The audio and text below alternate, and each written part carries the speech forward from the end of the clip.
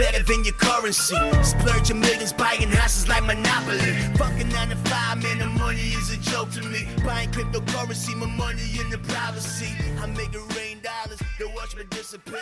I'm so fly, man, I'ma need some land again. Hey guys and girls, welcome to this week's episode of the No-BS Birchy podcast. I'm your host, Nathan Birch, and this is a show unraveling the truth to the start of the 21st century when X in the Matrix and waking up to motherfucking reality. Today, I have a special guest here. We've got Sam from Building Inspection. Thanks a lot for coming on today. Thanks, Birchy. Yeah, really excited to be here. So talking properties, something I'm passionate about. So it's great to get an invite to get on your podcast. Yeah, awesome. Well, I think that there's lots of things. I talk about lots of random things that happen in the world, whether it's financial, whether it's property related, whether it's not property related. We talk about different things. But I know that the big audience is all around property investing, and there's lots of things that people might be scared about or might not be sure of, or when they're investing into a property. And, I think that it's important that they get that, always say, get the third party to view it. People buy properties that may not be in the local area. They may be in a distance or in a different state or whatever. Even if it is where you are, it could be a property just down the road. I know a lot about property, but when I go in there to buy one, I don't always go to see the property. I rarely do actually go to see them. And I wouldn't be sitting there putting, taping up the floor waste and filling up the shower and seeing a leaky shower and, tapping on the walls and listening for termites and seeing, there's things that people will miss in there. So it's important to get a second opinion, and this is what you guys do every day. So, yeah. Yeah, sure. Happy to share my experience with that for sure. Awesome. So, Sam, if you had to describe yourself in 3 words, what would that be? Yeah, look, I'd probably describe myself as friendly and social, but also motivated at the same time. So that's probably the 3 words I think of: friendly, social, and motivated. Awesome. And over the years that you've been in business or just in life in general, has there been like one, I guess, memorable bit of advice that someone has given you or shared with you that you've been like, shit, I'm going to carry that the rest of my life? What would that be? Yeah, can I give you 3 things that I've got a business partner, Paul Comerford, who was the founder of the business. I'm the GM of Jim's Building Inspection. So we've worked together closely from just the 2 of us to now 150 franchisees across Australia, and worked the ups and downs. And we have a laugh together. And some of our calls that we do to keep each other going is don't get bitter, get better. Yeah. So that's if so we're having a bit of a low day. Tough times don't last, tough people do. We use that quite a bit. Yeah. And one that we always say if we're having a cold drink together is you only get 1 lap. Yeah. So they're the 3 things that we 3 sayings we use to fire each other up as we go through the ups and downs of running a business. So I thought I'd bring those 3 to the table. Yeah, cool. I appreciate it, because from a business perspective, I always say to people, treat their property investing like a business, and it's important to look at it from that perspective. And I always think like the most wealthiest place in the world is a cemetery. People die without achieving their dreams, and it's important you think about it, like, because life does go that fast, and tough times will come and go. And I think I heard something recently which was like, that too shall pass. If it's good, that'll pass. If it's bad, it'll pass. It's just a matter of time. But there's only one go at it, so you got to make the best. And that's how you deal with it. So thanks for sharing that. No worries. And I guess I always ask everyone the same sort of question. It's like a no BS to your lifestyle. What does that mean to you, like no BS lifestyle? Well, I think I've probably learned that over the years. I probably, when I was younger, did spin a bit of BS when I was younger, trying to learn my way and fake my way until I made it. But older and rise up in your career, you run out of time with things. You can't make more land and you can't make more time. So when I relate to that, putting that wasted BS to the side to get on with things. You want to, if you want to achieve something, you want to get to the reality of it as quickly as possible, and BS just gets in the way, doesn't it? So that's something that I relate to. Yeah, awesome. Well, thanks for that, Sam. Appreciate that. Yeah. And I guess, like, to be a building inspector, right? There's lots of building inspectors out there across the country. I've seen good, bad, and indifferent.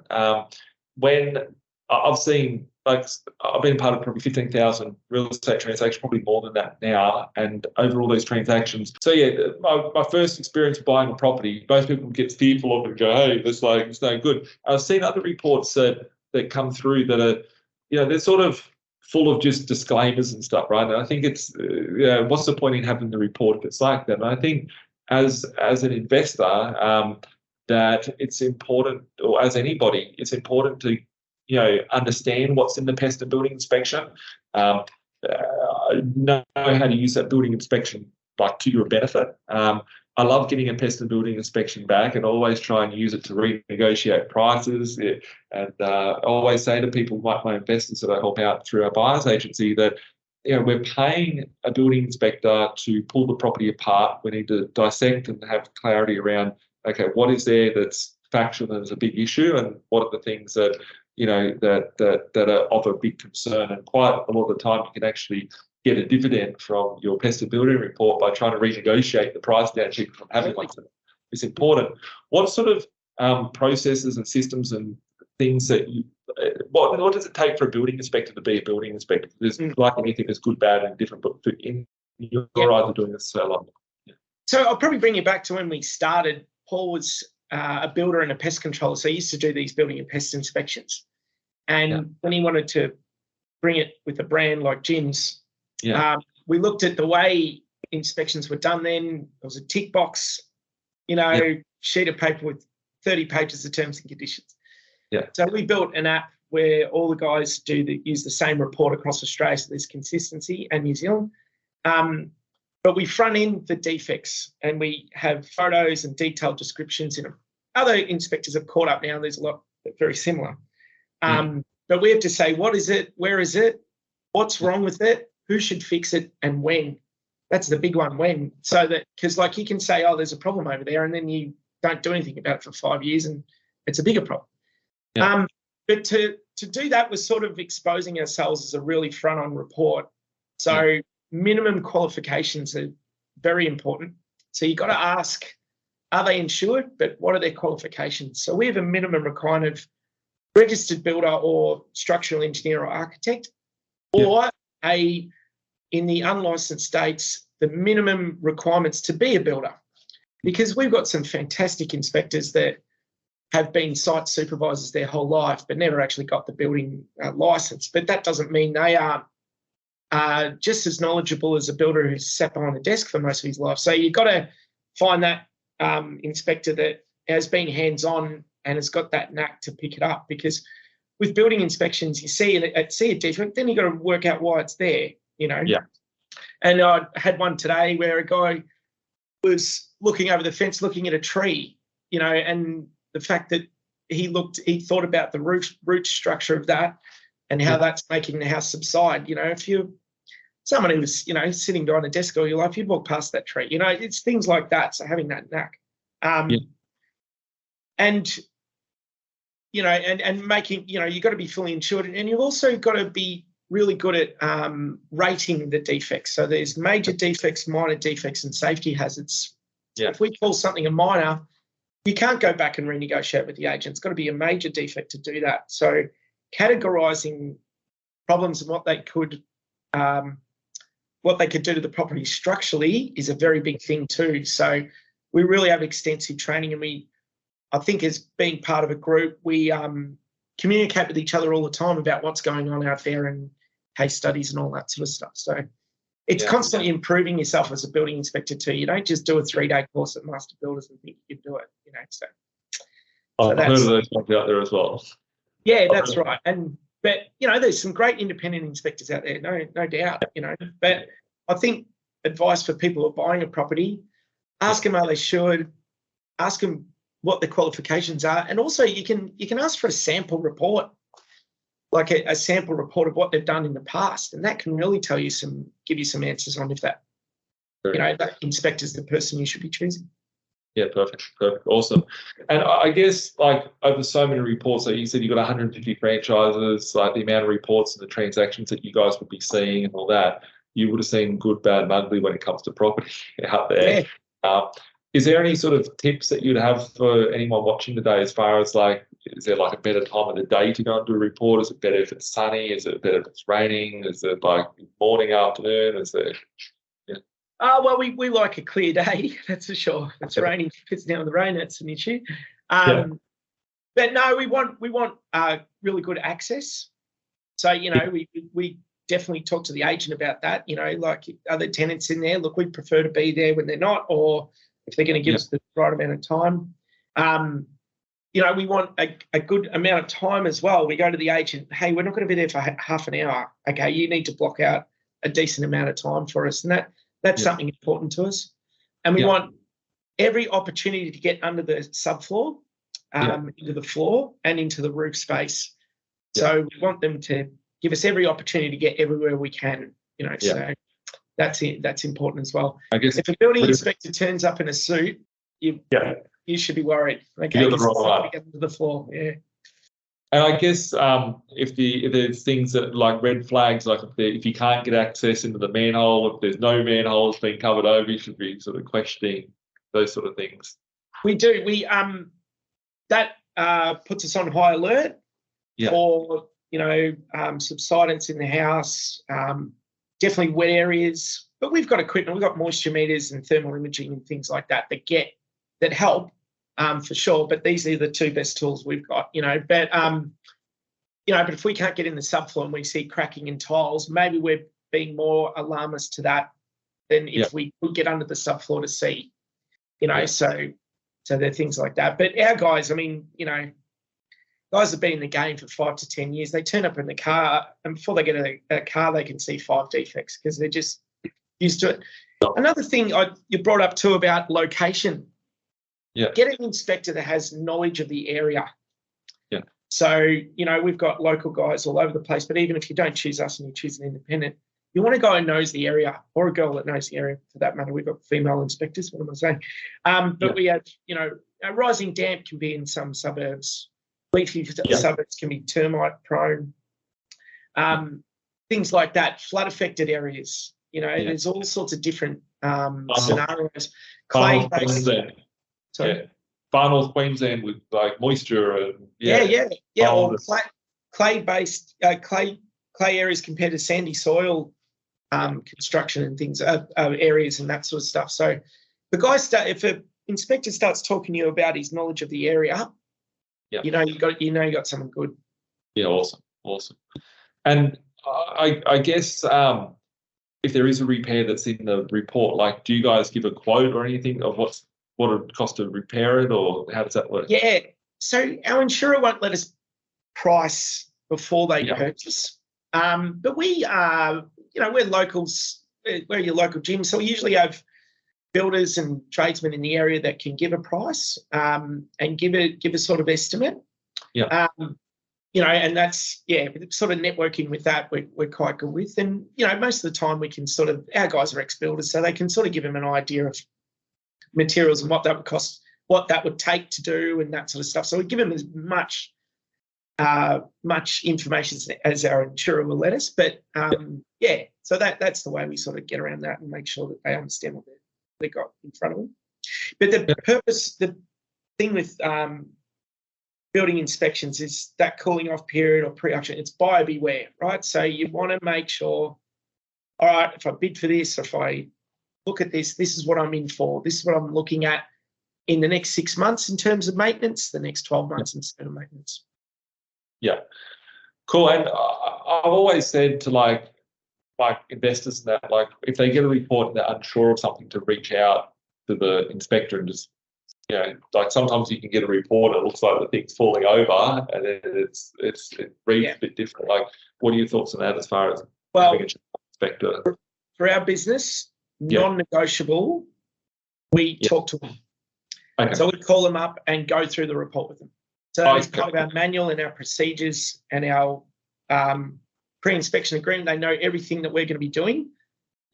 No customer of ours never gets a phone call from us straight up to go through it. Okay. And most of the time I understand everything. No, look, just give me 5 minutes. I want to explain a couple of things to you. And, I've called that a major defect.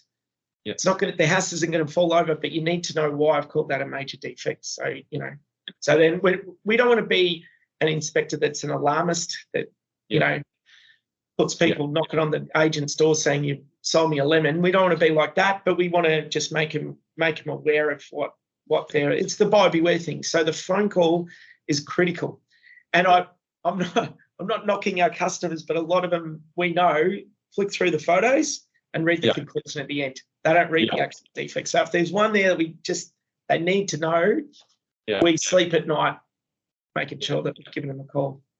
Every day at 2:30 normally, I go through my team because we buy lots of properties, and I go through all my clients' pest and building reports that come through to us, and I look through them and go, okay, and I'd circle the things in the conducive defects, the actual defects, the serious defects, and then look at the photos to see what they're referring to on it, and I sort of give feedback to my investors on that. So I think it's good, like, not everyone uses me that watches us, and not everyone, there's lots of people buying properties, transacting properties everywhere, and I think it's important because not all inspectors will make that phone call and have it. They'll just be very compliant to their insurer and say, hey, refer to that, refer to it. It says, I've seen a report, this is the worst thing I've ever seen, and it was about painting. And every single thing in the report said, refer to this expert, refer it. I know that we need to put in there, like, refer to an engineer or whatever, but it said, refer to a painting specialist. I was like, what, there's a scuff on the wall. It literally had scuffs on the wall. There was no photos, no nothing. And it was like, this is what do we pay for, right? And it's important to have an extra, if there's something to refer to and dig deeper into. So, yeah. Well, as I said, it's what is it? Where is it? Yeah. What's wrong with it? Who should fix it and when? They're the 5 that you need to see in a defect. Yeah. And if the when is one of the most important things, it's not, So if we've got that going, and who should fix it? Yes, maybe our insurer's saying engineer occasionally or registered builder to change a lock or some things like that. But we might have to put that in our report. But that conversation after the Senate is the important one because we allay their fears. We're a company that wants to protect the buyer, but we're not there to make sales fall over meaningless things. A lot of agents refer us because they know that we're fair and reasonable at the same time. Yeah, ultimately you need to know what's wrong. Like, I actually feel like sometimes it's better having the conversation than reading the report because I'm like, okay, I can hear that local knowledge on the ground. Sometimes, like you said before, and your guys will pull up out the front of the house and they'll see the place is screwed before you go in, right? And that's, it's knowing. It's like, it's the worst thing I've ever seen. It's like, well, tell me. It's like, here's a photo of this. And it's like, I guess on that note, like, you'd see lots of things on a daily basis that would be good, bad, and ugly. Like, what about if it comes down to like an illegal extension or a legal something that you think could be not council approved? Do you guys advise on that as well, or like? So we have to be careful not to act as a surveyor or certifier. Yeah. But what we say is that should be something you should talk to your council about. Escalate it as a, if it was my house, I'd be talking to them. So, balconies and balconies are a big one. God, the amount of problems we find with those, or heights of handrails and things like that. You got to be careful too, because some codes are based on the code at the time when the house was built. If it's an older house and things like that. But we do surely bring that up. But never make a call on something, because we could get a knock on the door from the Victorian Building Authority or the other, because we don't want to act as surveyors or certifiers, because that's not our profession. But being builders, we've been around it our whole lives. Building property and extensions and things like that, where we're asking the question, is this compliant? So we do know that we work through the best advice that they can get from us. Yeah, cool. And I guess, like, if someone's buying a property, thinking of buying a property, hasn't bought a property beforehand, who should get a building inspection? Should everyone get one? Is there times when people wouldn't need one? Who would you suggest? Yeah, I think everyone should. I mean, obviously, that's my game. But I could talk to you for hours about the number of things that we've come across and saved people from purchasing. Or on the other hand, almost convince them to buy the house because they've been worried about something that's clearly not a huge issue. And I think these days, the days of getting your mate to check out the house for you is gone. I think you want an insured report nowadays. So, our best referrers are fellow builders who say, "Oh, my cousin wants me to look at a house. Can you go look at it?" Because it's something you do every day, And also, more and more, I don't want to knock the building industry, but houses have been over the last 20 years thrown together pretty quickly, and we come across a lot of maintenance issues with poor ventilation and things like that no one's thinking about, or the way block gutters and all sorts of things like that, because houses are built a lot closer together these days, and there's a lot of there's a few things that people should be thinking about. More and more termite problems across Australia. So I think for the small fee it costs you to get a building inspection, it's peace of mind. Yeah, and insured money, it's a very important thing, right? Because people will go to a real estate agent and they'll get like a report and they'll show them like, hey, here's a report that the last buyer had, it saved me some money, but because you didn't authorise that expect it to go through, it wouldn't be insured, so it's important. No, it's totally not, because they have to agree to a pre-inspection agreement, and that agreement's basically talking about our limitations. We haven't got X-ray vision and things like that. So we need that ability to talk to that client before and after for that to be a report for them. Yeah. I guess over the years, like you guys would see lots of bad things, right, out there. What maybe like if you could share like a couple of the things that you've seen that are bad, like really bad, that someone's been like screwed on, like when it comes to a property or a termite, like a scenario which is like really bad. I drive past houses sometimes and I see like the roof's caved in and the tiles are falling. I'm like, this person didn't know they had termites in there. Yeah. Well, termites is the obvious one. We've had plenty of situations like that. Bathroom waterproofing. Yeah. Countless problems with that. Also with bathrooms, the tricky thing is that someone could be purchasing a property 6 weeks after it's been inhabited. So there's no water damage anywhere because the taps haven't been turned on. Yeah. So we pick up those problems, So, we could be in the subfloor and see water staining, but it's dry. But the fact is that, the house has been displayed for 6 weeks to be sold. Yeah. So it's dry, you know what I mean? So there's little things like that. So waterproofing in bathrooms can be major problems. How long on average does a bathroom waterproofing last for on average? Well, it should last the life of the bathroom. How long? Well, that depends. I mean, 20, 30 years it should last, Okay, cool. But waterproofing in construction, they put the waterproofing on, they could do the best job in the world, and tomorrow a chippy walks across it because he needs to pick up his tools or something like that. So it's very hard to protect waterproofing in a construction scenario. Yeah. Also, there is plenty of instances of cutting corners with that. Yeah. The other one's balconies. We find lots of problems with balconies. And that's a waterproofing issue as well. Very hard to 100% waterproof a balcony. Yeah. Because you've got grout problems and, load as well, like deckings and balconies. There's a lot of load issues. So, people overthink what they can put on a decking and a balcony, and things like that. So it can cause all sorts of issues. But water's the worst friend for a house. Yeah. So we're very paranoid when we're looking at that. And also people's maintenance of a property. Yeah.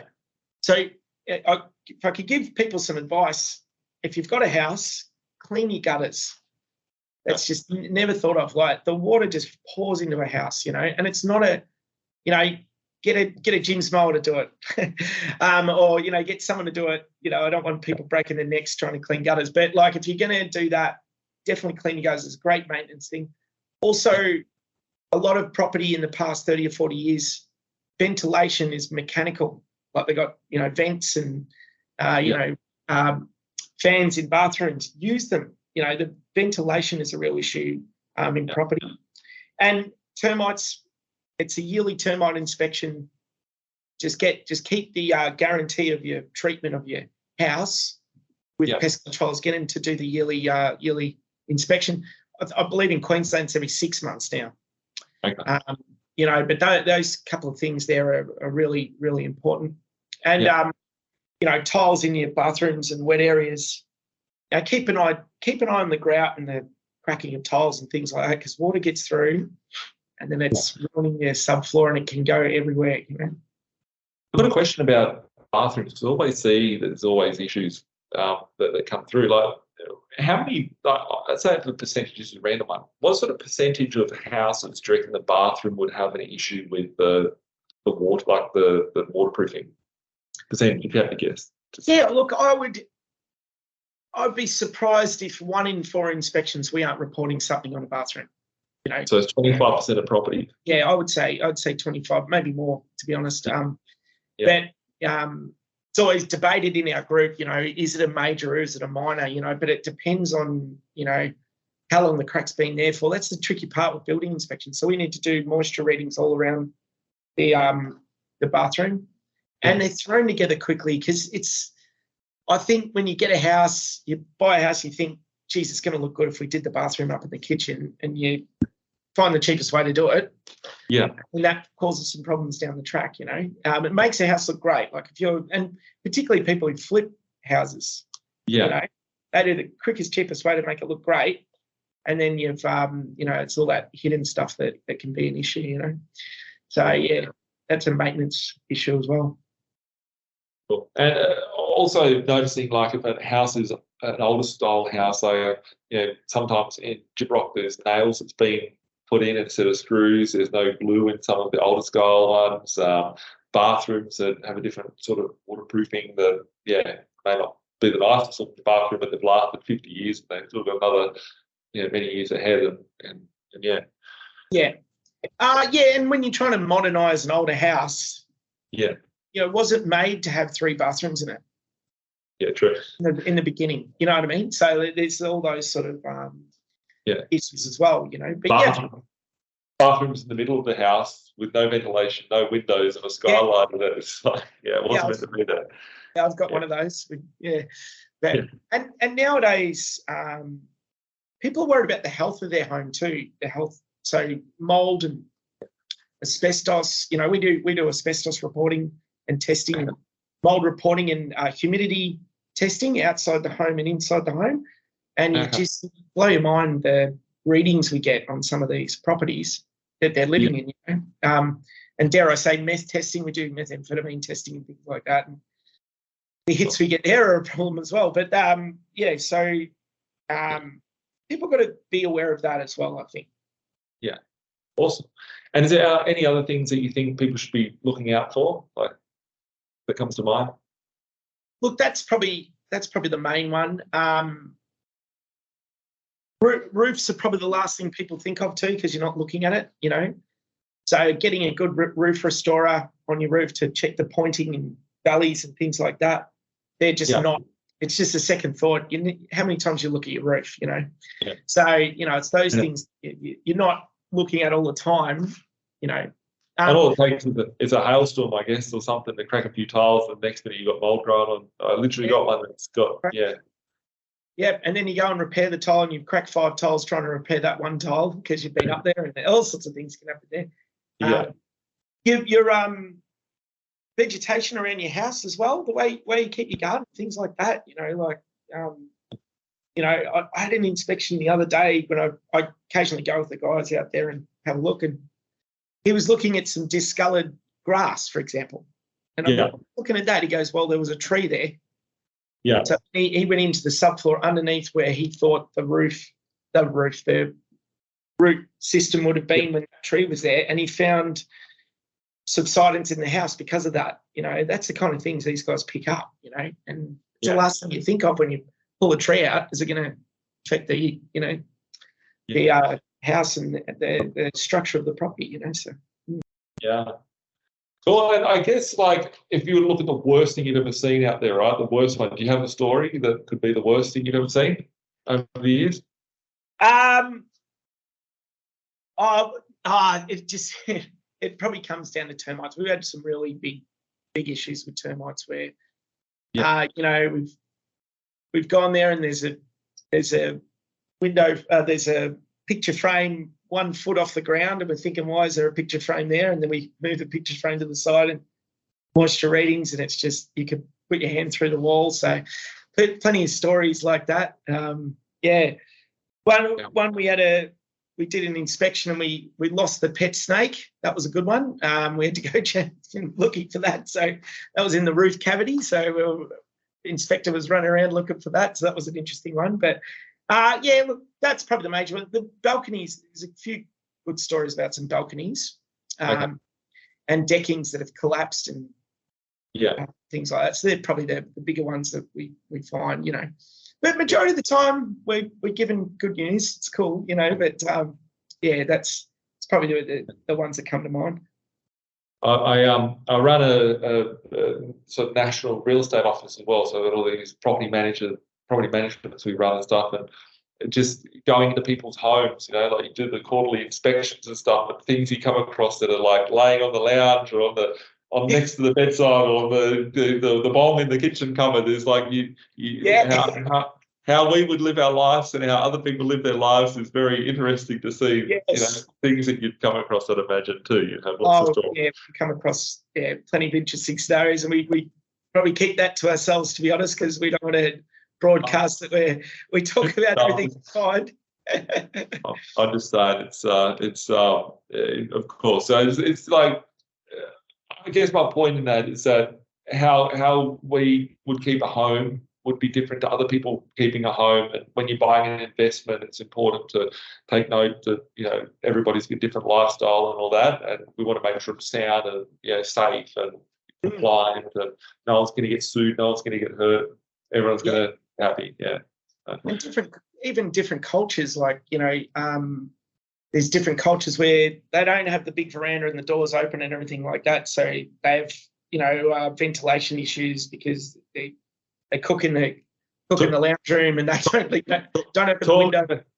Talking about the cultures, right? Like I say things as they are, but I've seen a lot of cultures out there which you might have a house with an electric stove in it, and you know exactly what I'm about to say here. It's got like a gas bottle and a bloody barbecue burner in the kitchen, and it's like you can't have this shit in here. So we come across that, absolutely. You know, and it's just stained everything, but then, you know, and they're wondering why they got mold in the house. You know, we're saying, well, it's not really the house; it's the way the barbecue's on the balcony. The way you're living. The barbecue's supposed to be out there. You know, so.